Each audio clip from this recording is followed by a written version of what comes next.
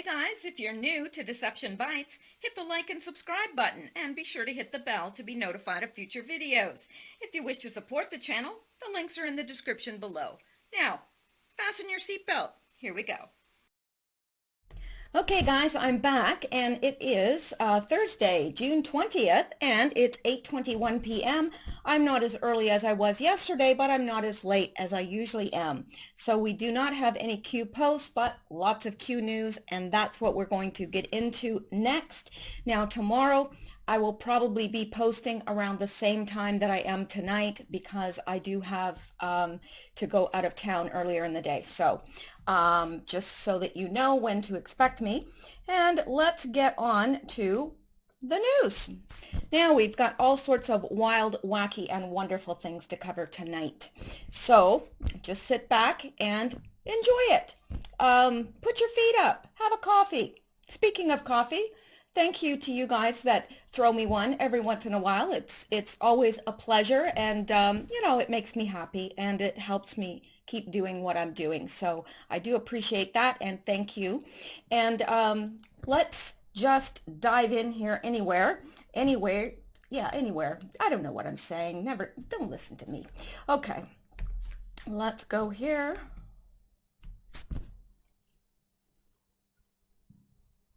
Poisoned, school convinces 6-year-old she's not a girl. 6 years old. Do 6-year-olds really have a handle on their sexuality yet?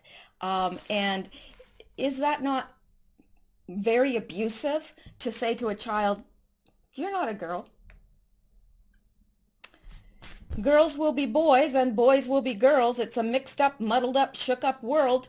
In 1970, the British rock band The Kinks made those lyrics famous in their smash song Lola.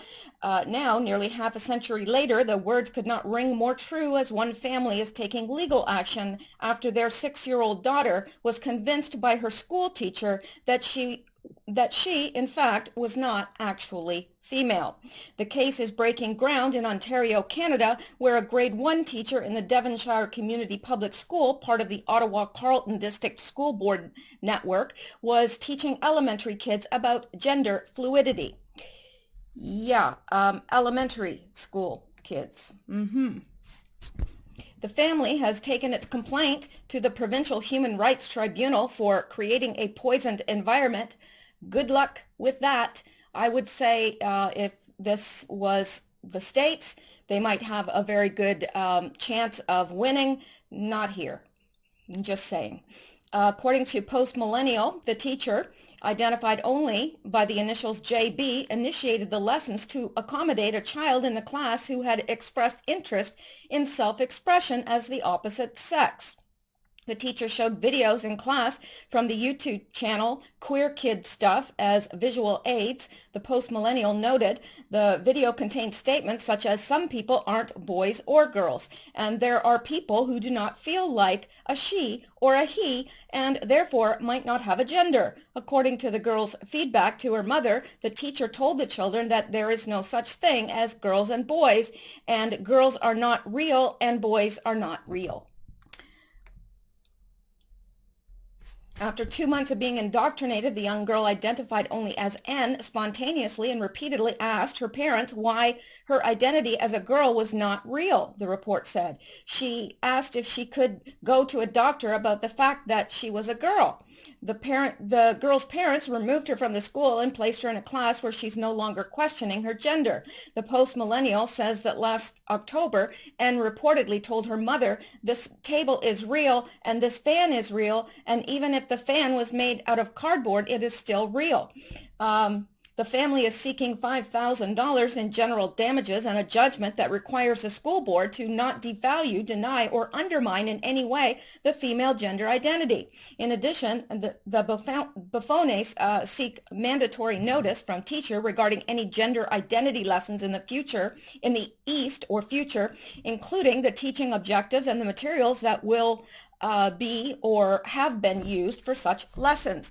The girl's mother, Pamela Buffone, said, "We're going to provide evidence that the manner in which JB was teaching the concept of gender identity resulted in a poisoned environment."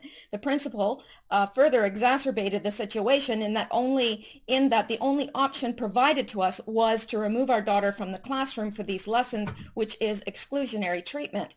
Our government seems to have given teachers carte blanche in terms of how they teach this concept of gender identity. Teachers are providing a public service and have a duty to care for all of their students, not just the HRTO has a responsible to all Ontarios.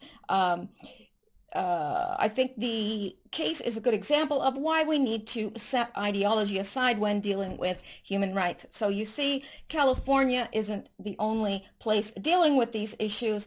We're dealing with it right here in the province that I'm currently at, temporarily, I hope. So there you go. I am so glad that I am not raising a child in this environment, to tell you the truth, because it's hard to know. It's hard to know what to do. And not all parents are in a position where they can homeschool their children. I don't even know, to tell you the truth, if it's legal here to homeschool your children. I'm not sure. I guess because I don't have kids, I'm not aware. But let's go back and see what else we can get into. This is really crazy as well. News from Ireland. Climate emergency. Ireland set to ban private cars while planning mass third world migration.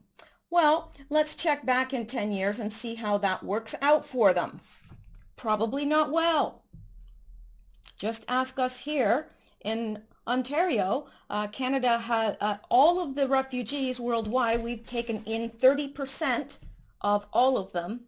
That's right. I guess we don't have a very large population here, and well, it's getting much larger now, and along with other issues.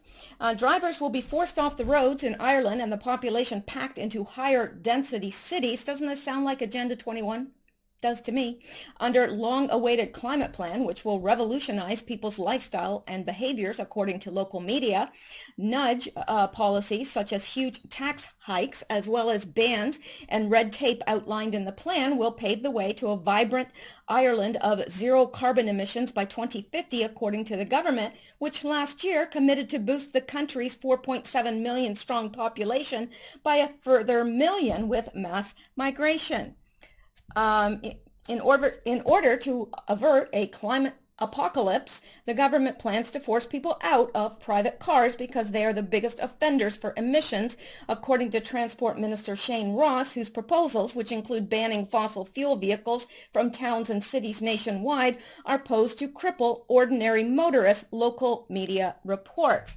I really don't know how you can ban cars altogether, unless you have, or ban fossil fuels altogether, because, how do people get around? Bicycles? Not everyone is in a condition to be able to bike everywhere, and they also have winter there. So I do believe that they have some form of winter there. So, and also, you could say, well, we're going to make people take buses and whatever, but if you're banning fossil fuels, there's no buses either. So I'm not sure exactly what they're planning to do. Launching the plan in Dublin, leader Leo Varadkar outlined his vision for an Ireland of higher density cities consisting of populations whose lifestyle and behaviors have been totally transformed by carrot and stick policies outlined in the climate plan. Our approach will be to nudge people and businesses to change behavior and adapt new technologies. Yeah, doing away with cars is not a nudge. That is a freaking push over a 300-foot cliff onto the rocks below. Not a nudge as far, I wouldn't consider that a nudge. If somebody took my car away, I'd be pretty ugly. Really. They'd not do well. Our approach will be to nudge people and businesses to change behavior, adapt to new technologies through incentives, disincentives, regulations, and information, the globalist prime minister said. We are going to change how electricity is produced and consumed, how our homes and workplaces are heated, the way we travel, the types of vehicles we purchase, and how food is produced. And isn't this whole climate change thing just another whole way to control us? Really? It really is. Now, I agree we have to reduce emissions and things like that. I mean, there are common sense things that we can do, recycle, what have you. But, saying that you're going to put people all into higher density cities and then do away with cars and things like that, that's just another way to control people. As far as I'm concerned, anyway. That's my opinion, and I'm sticking to it. Put an empty space to better use. Irish urge to house migrants in spare beds. Okay. Yeah, I wonder how that will work. It's about vibrant, populated city centers, livable with excellent amenities and transport as we embrace higher densities. The document, which was unveiled on Tuesday, features more than 180 measures to decarbonize the Irish economy, including making private car ownership prohibitively expensive, with petrol and diesel car sales banned by 2030, a date by which it says general carbon tax will be increased from 20 pounds a ton to at least 80 pounds a ton. In addition, the plan demands that coal and peat-fired power stations are replaced with wind farms and other green energy sources in order to meet the requirement that 70% of electricity will be generated from renewables by 2030. Ask us here how the wind farms are going. Not well. Yeah. Ireland, political class back globalism, but people fear country changing too quickly, too politically correct. But plans to dramatically slash carbon emissions by ditching tried and tested energy sources such as coal and nuclear in favor of renewables will necessarily result in collapse in living standards, according to scientists, including Cambridge engineering professor Michael Kelly, who had previously explained that such proposals represent total madness.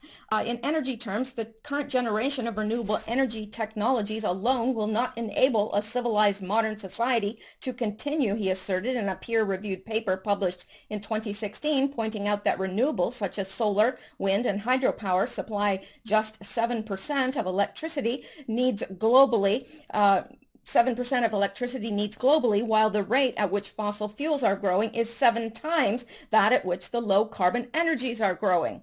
The Hughes Metal decorated physicist continued, the call to decarbonize the global economy by 80% by 2050 can now only be described as glib, in my opinion, as the underlying analysis shows it is only possible if we wish to see large parts of the population die from starvation, destitution, or violence in the absence of enough low-carbon energy to sustain society. Well, they're planning for that as well.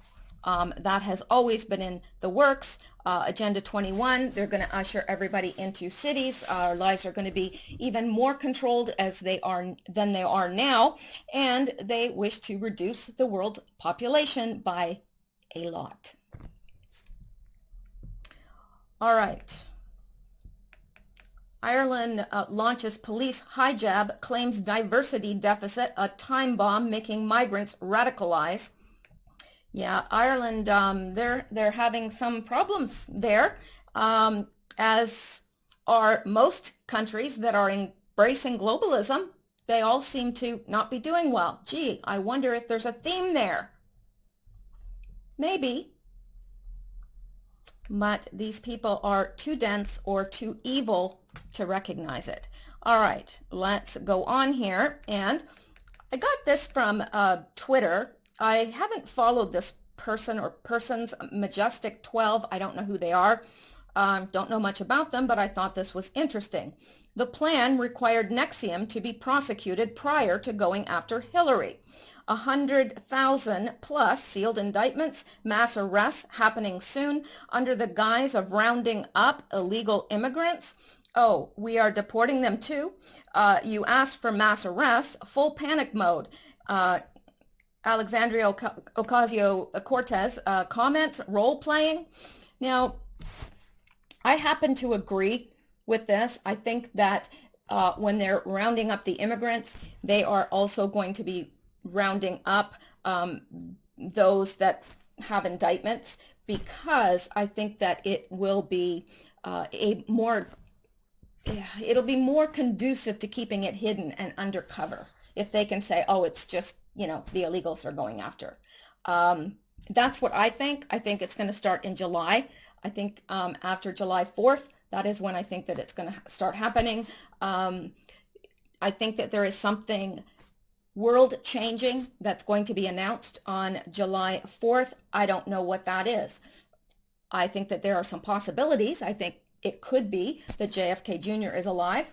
It could be that they have disclosure, so-called disclosure on UFOs, which I believe do exist.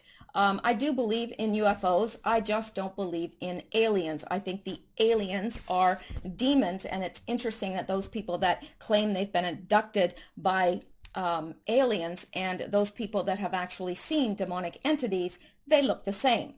And also, I do believe that there are aircraft out there that are so advanced. They are coming from, they're terrestrial, they're from this Earth, but they're just belonging to, I believe that the United States is far more advanced than it admits that it is, because that's always been the way. They've always had technology that's years and years and years ahead of what the public knows. So some of these craft could be terrestrial, and I do believe, because we do have instances in the Bible where things were seen in the sky, and I do believe that they are demonic. That's my take on it. You are welcome to believe whatever you wish. We can just agree to disagree and respect each other's position. But anyway, let's go on here. No, really, let's. I just want to check something really quickly. Yeah, okay. I just wanted to be sure. All of a sudden I thought, is my microphone working? But also, I did take care of, I heard from a few of you that there was some bumping sound, and when I have the microphone on the same table on which I'm typing, it tends to do that. So I've got it now situated on a separate table where it won't get bumped and you won't hear the vibrations, and I've turned off all the extraneous sounds. So the sound should be better tonight, hopefully. Excuse me.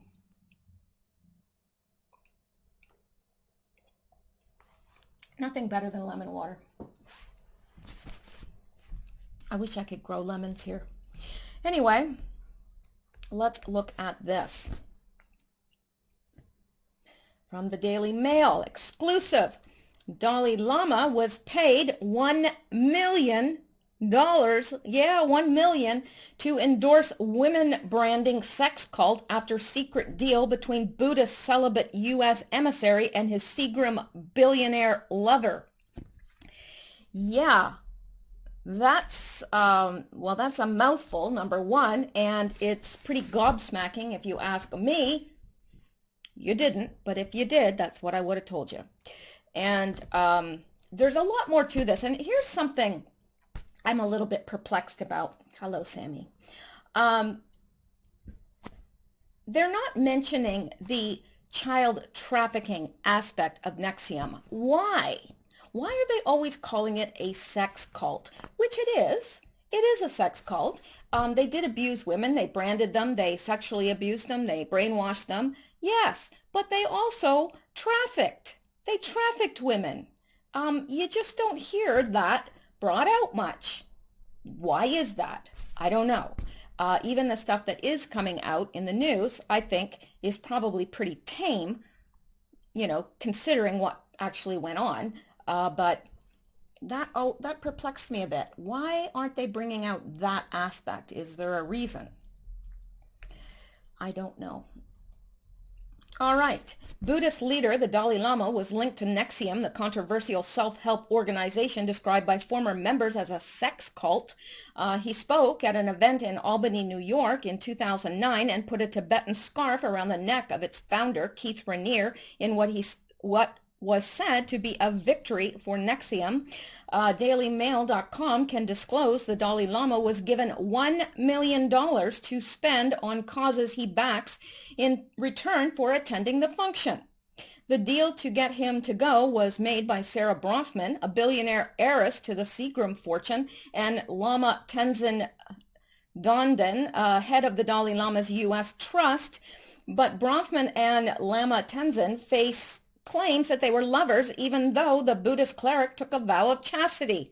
That doesn't seem to matter.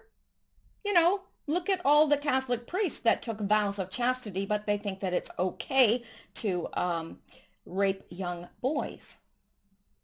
You know, lots of people take vows that they will stay married forever, that they will love, that they'll stay together in sickness and health. I did. And I took that vow very, very seriously, but it was an abusive relationship, and for my own safety, I had to leave that relationship. But there are people jumping in and out of marriages like, you know, they almost changed their marriages as much as their underwear. Well, maybe not quite. Anyway, Nxivm hailed the Dalai Lama's visit, but it's now being hit by claims founder Raniere runs it as a sex cult with a harem of women. The women are branded, call him Vanguard, and believe that sleeping with Raniere, 57, will heal them. Ew. According to claims made about Nxivm, Raniere denies it as a sex cult, but neither Nxivm or the Dalai Lama's office addressed the latest allegations. And by the way, Keith Raniere, I'm sure you've heard this already. That's why I didn't go over it yesterday, but Keith Raniere has been found guilty on all charges. And this does actually pave the way for Hillary because she's tied into it. So is Chucky Schumer. And a whole lot of other people whose names you'll recognize. Anyway, let's come down here. We'll see if there's anything else interesting I need to hit on before. The Dalai Lama was paid $1 million to travel to America to endorse a controversial sex cult that brainwashes and brands women. DailyMail.com can reveal the religious leader was paid to speak at an event hosted by Nxivm, a self-help organization described by former members as a sex cult. The deal saw the Dalai Lama speak to 3,000 followers of Nxivm and place a kahada, a traditional ceremonial Tibetan scarf, around the neck of the group's leader, Keith Raniere. Raniere supporters described the visit by the Buddhist leader as a victory. Former computer programmer Raniere founded Nxivm in 1998 as a personal and professional development program, which he sold as executive success programs alongside his business partner, ex-nurse Nancy Salzman. It is pronounced Nxivm. And there he is, a Dalai Lama with, pervert Raniere. And here he is again. Yeah. And, it troubles me that there is a tie, to, and these are the branding. I mean, awful. Would you want that on your thigh? I mean, I think it's right up here on your hip bone, actually, where they do it, which would be a very painful place to have it, I would think. Well, I think having it anywhere would be very painful. The ambitious group holds seminars and training programs for people concerned with developing their skills and claim, which skills? Which skills really are they developing? And claim to have worked with more than 16,000 people in 30 countries. But in recent years, Nxivm has been exposed as a sex cult, with several former members lifting the lid on its dark side. Some members are allegedly blackmailed, branded, and beaten with paddles, and at least 2 Hollywood actresses are among 70 to 80 women trapped in the group. Raniere also has a group of wealthy female recruits, including Nxivm heiress Sarah and Claire Bronfman, who have plowed millions of dollars into Nxivm's unorthodox practices, now DailyMail.com can disclose the extraordinary steps Nxivm execs have taken to further the Nxivm cause worldwide. The piece de la resistance of their grand plan to make Nxivm a global brand was to convince the Dalai Lama to speak at an event they were hosting in Albany, New York in 2009. Excuse me. The plot involved wooing the Tibetan Buddhist leader's American aid, expensive gifts, and foreign travel, an alleged steamy affair with the heiress to Drink's fortune, and claims of broken vows of celibacy. It raises questions over exactly what the Dalai Lama was told before he appeared at the event in Nxivm's hometown, and whether he was duped into giving a powerful propaganda victory to an organization under, excuse me, I never cough until I start talking for some odd reason. For its propaganda victory to an organization under increasing scrutiny for its treatment of women. Now, I'm not going to go on with this because I think we're all fully aware of what it involved. It's very interesting, though. Very interesting. And the odd thing that I don't understand is there is a tie-in to Canada because, like I told you, there is a place nearby. It is off in the woods. You would never know it existed. Actually, the road into it is like unpaved, and usually it's got a gate that's closed and locked, so you can't get in there. And the people that have were very, very fearsome of their for their lives. Now fearful rather of their lives. They would get Nxivm trucks in and out of there at all times of the night, always in the middle of the night, which, because this was a very rural setting and they didn't have a lot of neighbors, but the neighbors that they have are well-off neighbors in huge homes, and people talked like, what's going on? How could they be drinking that much that they have Nxivm deliveries? And that made me wonder right away. And actually, I was talking to my doctor that deals with my back, and it was actually because he lives there. That is the person that told me about it. And so I know that it's true. Also, they noticed in the middle of the night, coming and going, a lot of license plates from New York State. That's odd. That's very odd. Seeing the odd one around here, especially in the summertime, not that unusual because we are right over it's right over the border, New York State. So yeah, we see them. And especially in the summertime, people like to come up here because their dollar's worth more. And there's no place more beautiful than Canada in the summer. Seriously, this part of Canada is breathtakingly gorgeous. There's lakes and everywhere, an abundance of wildlife, just absolutely beautiful. However, it is odd that all times of the year there would be cars in there. In fact, I believe what I was told is that all the cars were from, New York State. I think that's odd. So it makes me wonder, because this is a main trafficking corridor. It's the 401, and it's a large highway, and it connects very large metropolitan areas together, but it goes through very rural areas. I'm just minutes from the 401, and it apparently is a huge trafficking corridor. And would anybody notice if a big Seagram's truck got off at a very rural place? Probably not. They're doing it in the middle of the night. Who's really going to notice? And even the neighbors are like, gee, those people drink a lot. But I mean, you can't have a Seagram's truck come to, even if you are like a heavy drinker, nobody orders a Seagram's truck, really. So that's just not how it works here. Everything is controlled. All the liquor is controlled by the government, and you can't get, I don't think that you can get private deliveries aside from what's called the LCBO, and that is the Liquor Control Board of Ontario. And they have stores where you have to buy your liquor. So yeah, anyway, I would really like to see something come of that and to know that that is being looked at and examined, because I think it's still going on.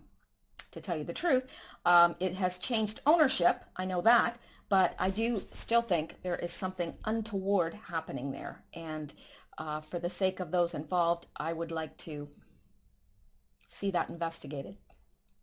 Anyway, let's go on here because there's lots more to get to, including this. And somebody brought this to my attention on Twitter. And Texas Kate for Trump, that's who brought it to my attention. Thank you. This is weird to me.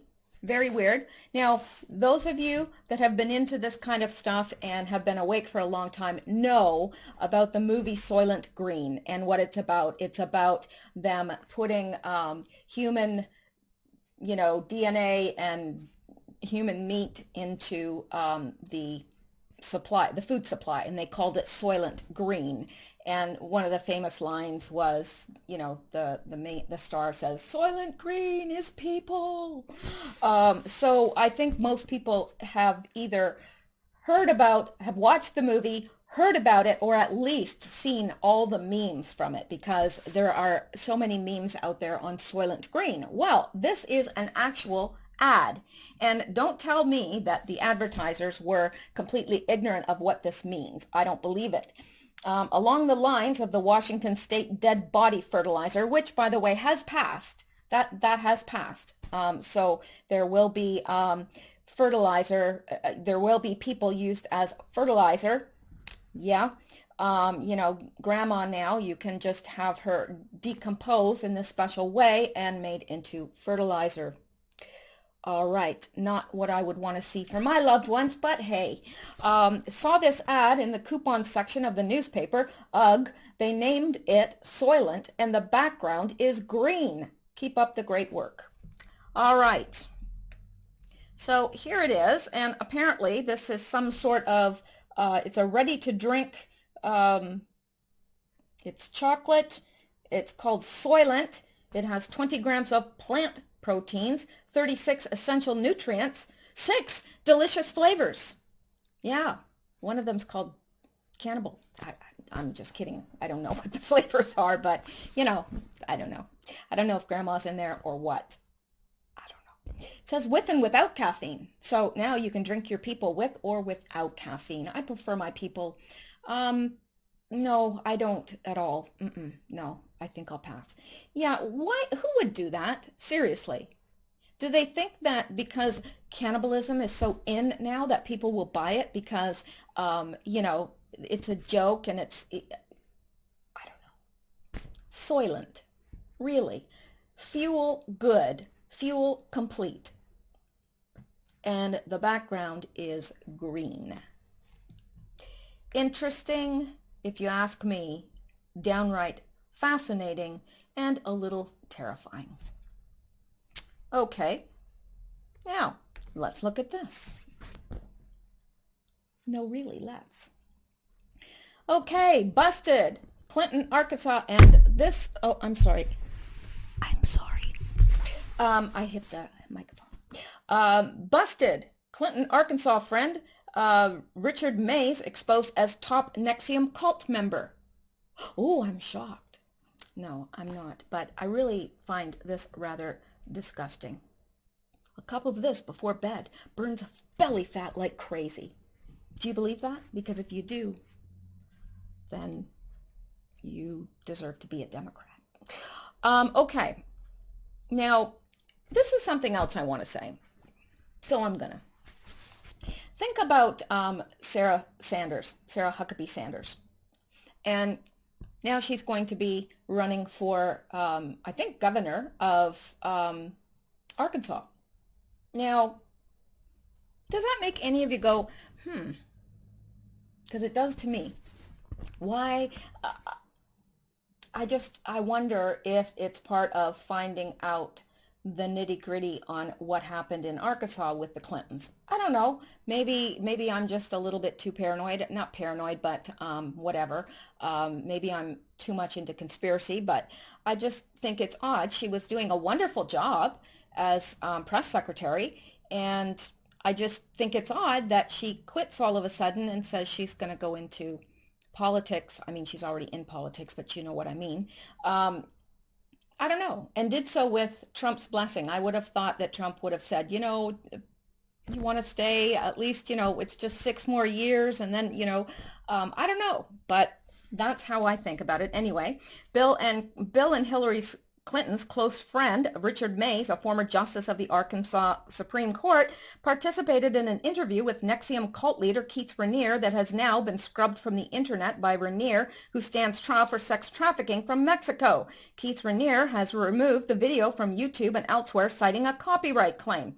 Mays' association with Raniere is well known and documented. Nxivm whistleblower Frank Parlato preserved screenshots of May's interview on the cult leader's Keith Raniere Conversations program, with which Big League Politics viewed prior to the video's removal from the web. Big League Politics is not publishing the video, merely reporting its existence. The New York Times reported in 1997 another Little Rock lawyer, Richard Mays, arranged through the Democratic National Committee for a client, a twice-convicted felon with ties to organized crime, to meet the president at the White House. A Little Rock lobbyist, Paul Berry, joined a Washington lobbyist firm whose Asian clients received a picture of Berry golfing with the president and a promise that his long association with President Clinton would provide access and insight into the White House. Richard Mays, yet another Arkansas lawyer who raised money for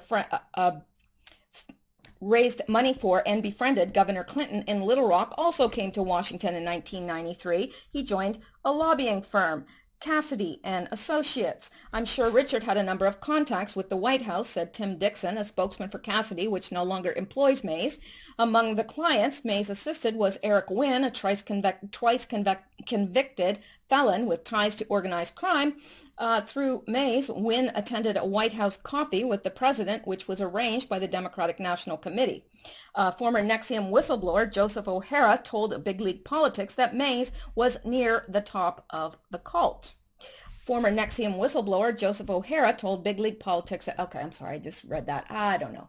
I had done work down in Arkansas. I had met Richard Mays down there. He had great connections with Governor Clinton. His Lieutenant Governor Tucker became governor. I was trying to get in to make a presentation to the governor. Richard got me the meeting. He got me the meeting with Jim Guy Tucker, O'Hara said. One of the other problems Keith had, he had an unpaid bill in Arkansas and he wanted to get an exoneration in Arkansas. So he brought Richard Mays in and he got involved. Richard Mays started taking classes and got his daughter taking classes at Nxivm. There were people who got hooked on it. Richard Mays was one. Gwen Belcourt was another, O'Hara said. So there you go. Not surprising, because there are many, many connections to of Clinton's with Nxivm, and it shouldn't surprise any of us, really. Okay, let's go on now. This is going to be interesting, to say the very, very, very least. If this doesn't gobsmack you, nothing will. Okay, this from the DC Patriot. Now, bombshell, Nxivm sex cult witness names major stars and politicians in polygraph. Let's look at this. This is one of the biggest bombshells we've seen in history when it comes to child trafficking and child sex trafficking. The star witness has named names in a polygraph released early on Thursday morning. So today this was released. It's fresh off the press. Now, this is the actual polygraph, and it's signed by Stephen D. Hamray, certified polygraph examiner, and of Hamray Dashnia Investigative and Polygraph Services. And it says Stephen D. Hamray, a certified polygraph examiner, has signed off on the test as well. Ben Skimkus named some huge names from one of the Nxivm meetings in 2007. So let's take a look at this, shall we? Prepare to be amazed. 2. Were Stormy Daniels James Alefantis, Eric Schneiderman, and Anthony Weiner there at the Nxivm recruitment party mixer in Connecticut in 2007? Subject answered yes. Were you aware that snuff videos, and snuff videos, for any that may not know, are videos that are taken that record actual deaths? They actually kill somebody on video and record it, and it's later played for an audience that can enjoy seeing someone killed in front of them. Were you aware that snuff videos were broadcast at that Nxivm recruitment party mixer in Connecticut in 2007? Subject answered yes. Were you informed at the Nxivm recruitment party mixer in Connecticut in 2007 that the real Nxivm parties were held upon occasion at the private island of Richard Branson? Subject answered yes. Based on the results produced on 3 polygraph charts, it is my opinion that Mr. Simkas, I'm not sure how to pronounce his name, was not attempting deception and was truthful when he gave his answers to all of the 4 above relevant issue questions. Now, there's one left out, and I'm not sure why it's been left out, but it may involve a name that we shouldn't know about yet. During the polygraph examination, there was nothing physical or psychological that might have precluded a valid examination. If I can be of further assistance to you in this matter or any other, please do not hesitate to contact me. Thank you for this assignment. Sincerely, Stephen D. Hamre. What do you think of that? I think it's gobsmacking. And this person says, wow, this is bombshell. Look at the connected names. Weiner, Stormy, Alefantis, Comet Ping Pong owner, Schneiderman, convicted of child porn. Still think Pedogate is a conspiracy theory? No, and I never did. I never did. It's quite evident that these things are happening. He claims that Stormy Daniels, Anthony Weiner's, James Alefantis, among others, were there at the 2007 event. Yeah, where snuff films were played.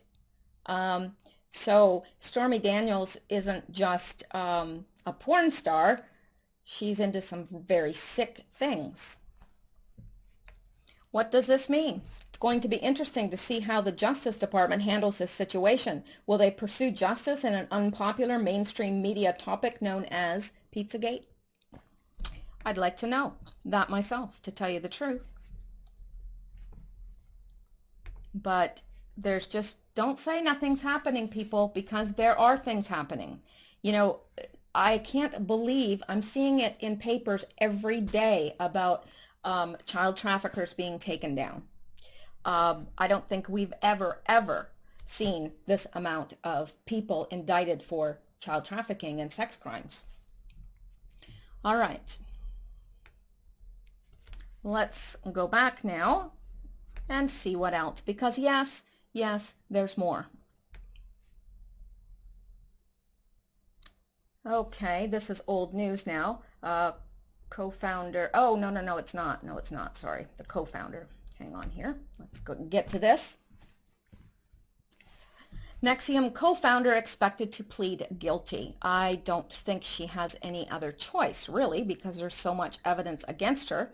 Nxivm co-founder Nancy Salzman is expected to plead guilty Wednesday in Brooklyn federal court, according to newly released court documents. It was not immediately clear which charges Salzman, who is facing a racketeering conspiracy rap, is expected to cop to. Salzman is the first of those charged under the indictment, including leader Keith Raniere, Smallville actor Allison Mack, and Seagram Beverage heiress Claire Bronfman to plead guilty. In September, prosecutor Moira Pensa let that slip that Salzman was continuing to engage in plea negotiation with the government, and her defense attorney, Robert Soloway, didn't deny that Salzman, known inside the group as Prefect, was speaking with prosecutors, but said Tuesday she would be cooperating against her co-defendants as part of the plea. There is not a cooperation agreement on the table, he told the Post. Solway declined to comment further. The 63-year-old registered nurse would be powerful get for the government, given her longtime relationship with Guru and alleged sex trafficker Rainier. Opening statements are currently expected for April 29th. This must be old. It's from, yeah, it is. It's from March 12th. And she has already pleaded guilty and been found guilty. So, yeah, sorry about that. I don't know how that got in there. Just slipped in there unaware. Okay. So, let's go back now. Because there's more. Yes, more. And look at this. You know, you gotta love President Trump. And I may have actually touched on this yesterday, so I'm not going to belabor this, but court rules President Trump can defund Planned Parenthood will cut almost $60 million in taxpayer funding. A federal appeals court today ruled President Donald Trump can partially defund Planned Parenthood while the abortion business lawsuit against his administration's new rules moves forward. As Life News reported in March, the Trump administration finalized an administrative rule that would partially defund the Planned Parenthood abortion business and deprive it of as much as $60 million in taxpayer dollars. This action adds to President Trump's record of defunding the Planned Parenthood abortion company, and that's exactly what it is. It's an abortion company that makes a lot of money. I'm not exactly sure, since they are selling baby parts, why the taxpayer needs to fund it at all. But maybe that's just me, or not. Okay, let's go on now. This by Kevin Sorbo. Liberals, don't let unvaccinated kids into our schools. Same liberals. Let thousands of unvaccinated illegal immigrants in. Huh? Yeah, that is the hypocrisy of the left right there. Gross hypocrisy. And let's look at this, shall we? Of course we shall. Here we go. Hundreds of illegal migrants carried criminal histories, DHS investigation finds. That should surprise exactly no one. Yeah. So let these people in. They have illegal histories. I mean, they have criminal histories. They're not documented. They're illegal. They're carrying all sorts of diseases. They're unvaccinated. But yeah, let them all in. Sure. Hundreds of migrants who were part of U.S.-bound caravans carried serious criminal convictions. An internal investigation from the Department of Homeland Security reveals Customs and Border Protection and Immigration and Customs Enforcement, two agencies under DHS, conducted an investigation into two different caravans from Central America that were bound for the U.S. Their findings revealed hundreds of those individuals carried criminal histories, including murder, aggravated assault, and sexual offenses. The figures specifically refer to criminal acts already committed in the U.S. So, yeah, these people aren't carrying criminal histories from where they came from. No, these people have already been in the U.S. and have a criminal history there. Yeah. The discoveries were detailed in a letter from members of the House Committee on Oversight and Reform and obtained by the Daily Caller News Foundation. Out of the nearly 8,000 members within a caravan that reached south of California in October 2018, ICE Homeland Security investigations found that 660 already had run-ins with the law in the U.S. Sure, let them back in. Yeah, see if they can kill somebody else. You know.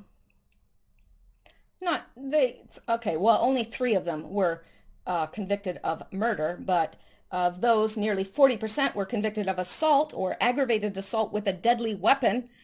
3 of them were convicted for murder. Well, that's 3 too many. If they've already murdered somebody in the U.S., why do we let them back in? Just saying. And, you know, who's to say they didn't just sneak in? Because that's what a lot of them do.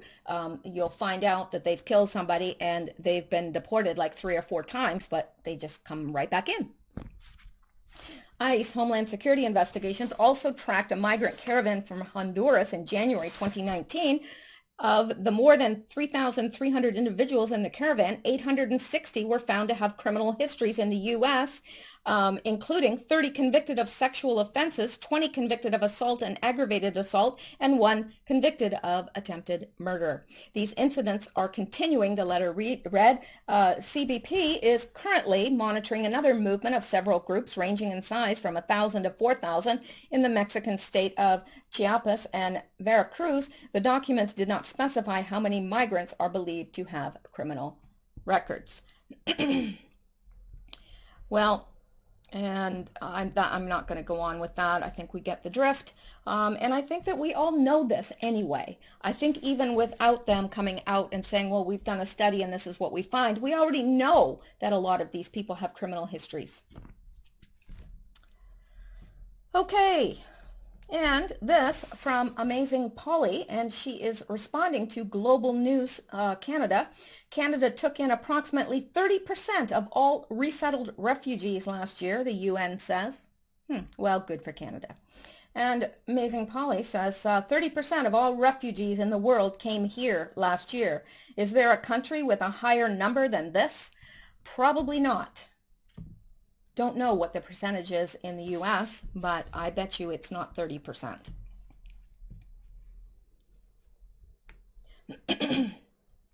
And here we go again with another Syrian refugee plotting to blow up a church.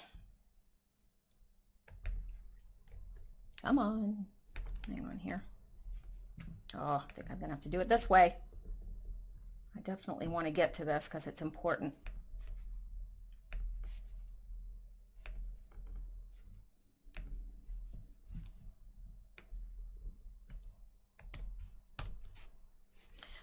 Syrian refugee arrested in plot to blow up Pittsburgh church in the name of ISIS. Wonderful. Wonderful. Yeah, let's bring in more. A Syrian refugee living in Pittsburgh was arrested Wednesday in an alleged plot to blow up a church in the name of the Islamic State. Mustafa Musab Alo-Amir, 21, is charged with 1 count of attempting to provide material support and resources to ISIS, as well as 2 counts of distributing information relating to an explosive destructive device or weapon of mass destruction. Alo-Amir was born in Dara, Syria, and admitted to the U.S. as a refugee on August 1st, 2016, federal prosecutors said, according to the criminal complaint against him. He recently graduated from a Pittsburgh area high school and does not hold a U.S. passport. Prosecutors allege that Alo-Amir said he was planning an attack against the Pittsburgh church in order to take revenge for our ISIS brothers in Nigeria. Alo-Amir allegedly plotted to attack the Legacy International Worship Center, a major black church on the city's north side, the Pittsburgh Post-Gazette reported. Alo-Amir met 4 times between April 16th and June 11th with undercover FBI employees and informants, the government says. In May, Alo-Amir allegedly provided bomb-making instructions to an undercover FBI employee who he believed was a fellow ISIS supporter. Earlier this month, he allegedly purchased what he believed to be materials to make an explosive. During his communications, Alo-Amir stated his support for ISIS and his desire to answer the call for jihad or travel to conduct jihad, prosecutors said. Alo-Amir also recorded a video showing him swearing his allegiance to Abu Bakr al-Baghdadi, the leader of ISIS. During the most recent meeting, Alo-Amir allegedly provided a confidential human source with copies of Google Maps that he had printed of the church. He also provided a 10-point plan that detailed the operation, which he hoped to carry out next month. Accused shooter Robert Bowers allegedly killed 11 people in an attack on Pittsburgh Tree of Life Synagogue on October 27th, 2018. Now, thank goodness that the FBI was on this and prevented it, because who knows how many people could have been killed. Because apparently this was a large church, a very large church. So I don't get it. I don't understand people's thought process. I really don't. I just don't get that. Someone can disagree with me about I am a follower of Christ. People can disagree with me, but I would never wish harm on them. I don't get that. But that is the nature of the beast, I guess. And let's look at this. As Iran shoots down U.S. drones over international waters, John Kerry and the Obama administration have secretly met with Iran, advising them to resist Trump. Obama and his administration are committing sedition and getting dangerously close to treason. Oh, I think they are. They've already committed treason. Obama must be dealt with. Now, I don't know. I don't know if Iran shot down that drone. I think that it would be stupid to do that. What I believe, and I could be wrong. I've been wrong before, and I'll probably be wrong again. In fact, I'm quite certain I'll be wrong again.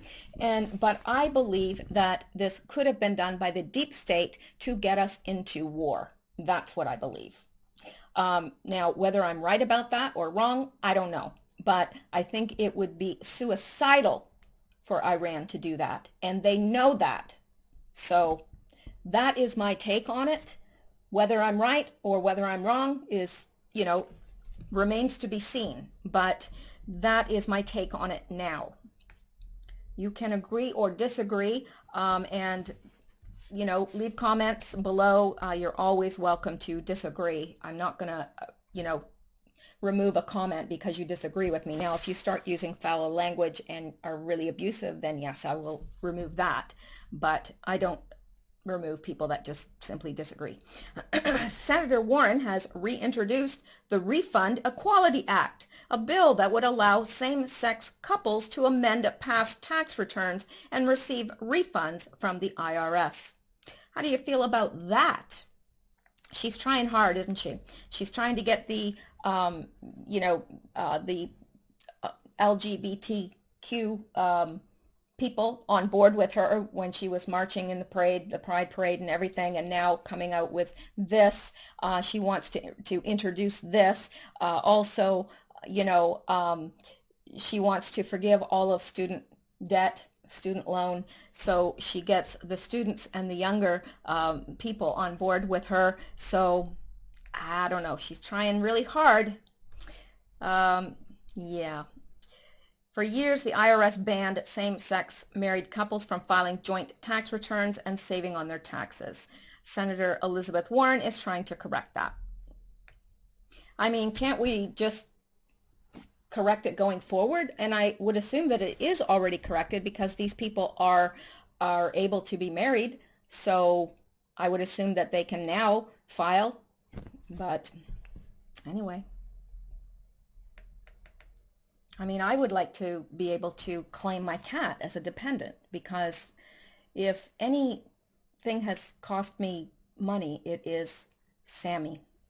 I love him, and he's getting so much better, but he's a handful. All right. Now, I thought this was interesting, and I wanted to be sure that I brought this to you just because I can. All right, and this by Illuminated Patriot, 1 year Delta, and on June 20th, 2018, this is what Q wrote. I find it interesting. Perhaps you will too. False flag prevented. Next, immigration / child separation, misspelled with by adding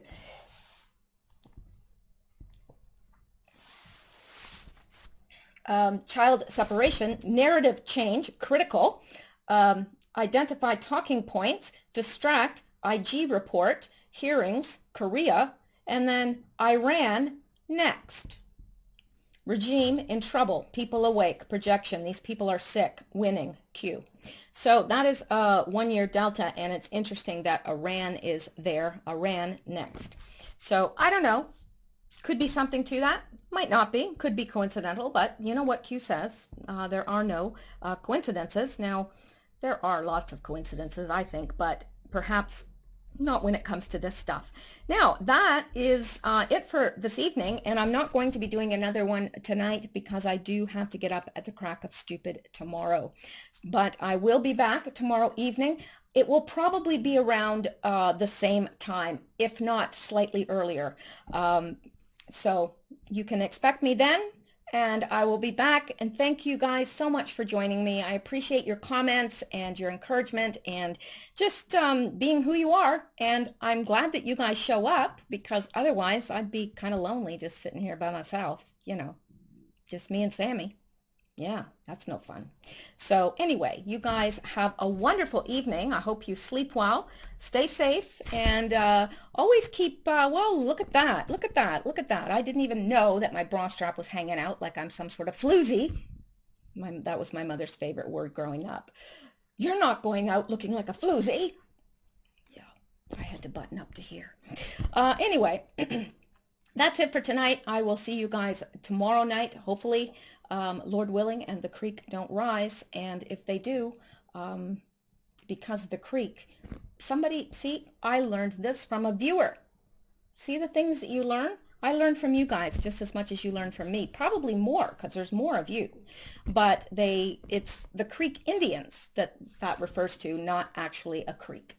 So yeah, I hope that they don't rise, but hey. Okay, that's it. I don't know. I'm just babbling like a fool now. So I am going to call it a night, and I will talk to you guys later. Stay safe, stay well, stay blessed, and keep seeking truth, because deception bites. Good night.